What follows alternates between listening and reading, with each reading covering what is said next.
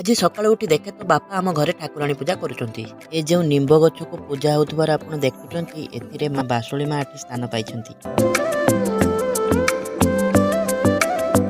ଏମିତି କାହିଁକି କରାଯାଏ ଆଜି ଯାଏଁ ଜାଣିପାରିଲିନି।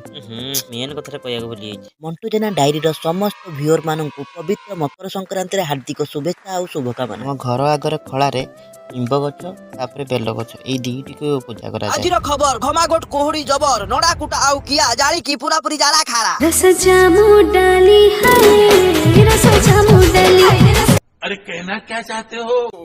ହେଇଲ ବୋଉ ଦେଖ ହେଲେ ଏଠି ଛେଳି କେମିତି ଭୋଗ ଖାଇଗଲେଣି। ଦେଖନ୍ତୁ ଆମ ଛେଳି କେମିତି ହଉଛନ୍ତି ଉତ୍ପାତିଆ। ପୂଜା ପଟଳି ସରିଲା ପରେ ଦେଖନ୍ତୁ ବାପା ବୋଉ ଖିଆ ପିଆରେ ପୁରାପୁରି ବ୍ୟସ୍ତ ଅଛନ୍ତି। ଯଦି କେବେ ଆପଣଙ୍କୁ ସମୟ ହଉ ପ୍ଲିଜ ଆପଣ ଲାଇକ୍ ଆଉ ସବସ୍କ୍ରାଇବ କରନ୍ତୁ ଆଉ ସାଙ୍ଗମାନଙ୍କୁ ମଧ୍ୟ ଜଣା। ଭିଡିଓଟି ବହୁତ ଲମ୍ବା ଥିବାରୁ ମୁଁ ପାର୍ଟ 2 ନେଇକି ଆସିବି, ଆପଣ ନିଶ୍ଚିତ ଦେଖିବେ।